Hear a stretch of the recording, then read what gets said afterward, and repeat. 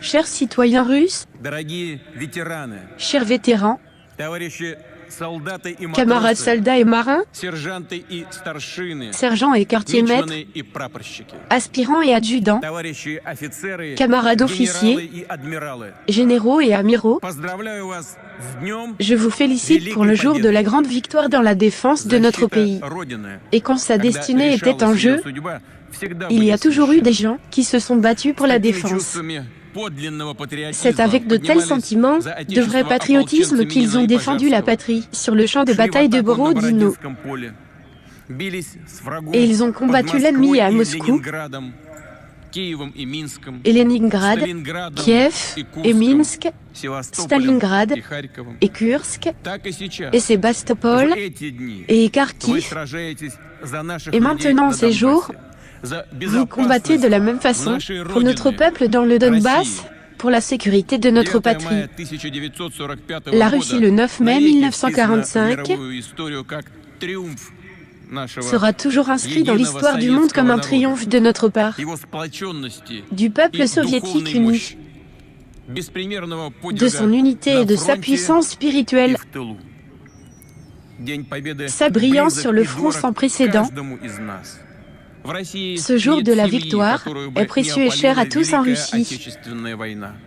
Il n'y a pas une seule famille qui n'ait pas été brûlée par la Grande Guerre patriotique. Cette mémoire est immortelle. Les enfants, petits-enfants et arrière-petits-enfants des héros de la Grande Guerre patriotique portent les photos de leurs soldats tombés au champ d'honneur, restés éternellement jeunes, et des vétérans disparus. Nous sommes fiers de la génération des vainqueurs, invaincus de notre liste. Nous sommes leurs héritiers et il est de notre devoir de garder la mémoire de ceux qui ont fait tomber le nazisme, qui nous ont légué la vigilance, et de faire tout ce qui est en notre pouvoir pour qu'aucune guerre mondiale ne se répète. Malgré toutes les différences et tous les désaccords dans les relations internationales, la Russie a toujours plaidé en faveur d'un système de sécurité égal et indivisible qui est vital pour l'ensemble de la communauté mondiale. En décembre dernier, nous avons proposé de signer un accord de garantie de sécurité. La Russie a appelé l'Occident à un dialogue honnête, à la recherche de compromis raisonnables et à la prise en compte des intérêts mutuels. En vain, les pays de l'OTAN n'ont pas voulu nous entendre, ce qui signifie qu'ils avaient en réalité un plan complètement différent. Et nous l'avons vu, la préparation d'une autre opération punitive dans le Donbass, l'invasion de nos terres historiques, y compris la Crimée. À Kiev, ils ont annoncé l'acquisition possible d'armes nucléaires. Le bloc de l'OTAN a commencé le développement militaire actif des zones voisines du Donbass. Il est inévitable, je le répète, que nous ayons vu comment l'infrastructure militaire se développait, comment des centaines de conseillers étrangers commençaient à travailler et comment les livraisons régulières des armes les plus modernes et des pays de l'OTAN représentaient une menace grandissant chaque jour. La Russie a devancé les progrès. C'était un moyen forcé, opportun et unique pour l'armée russe d'organiser une invasion de nos terres historiques, y compris la Crimée. C'est la bonne décision d'un pays souverain, fort et indépendant.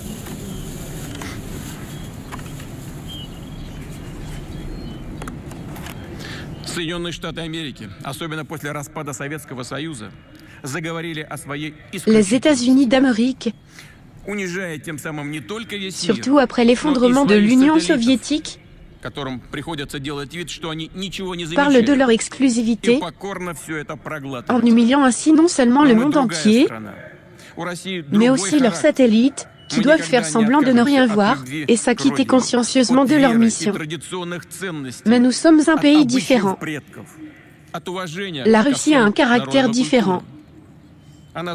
Nous n'abandonnerons jamais notre amour pour la mère patrie, notre foi et nos traditions, les valeurs, les coutumes des ancêtres, le respect de tous les peuples et de toutes les cultures.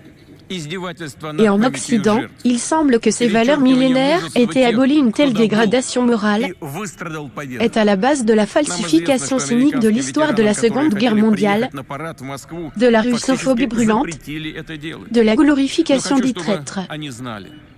Se moquer de la mémoire des victimes en renversant le courage de ceux qui ont gagné et souffert dans la victoire.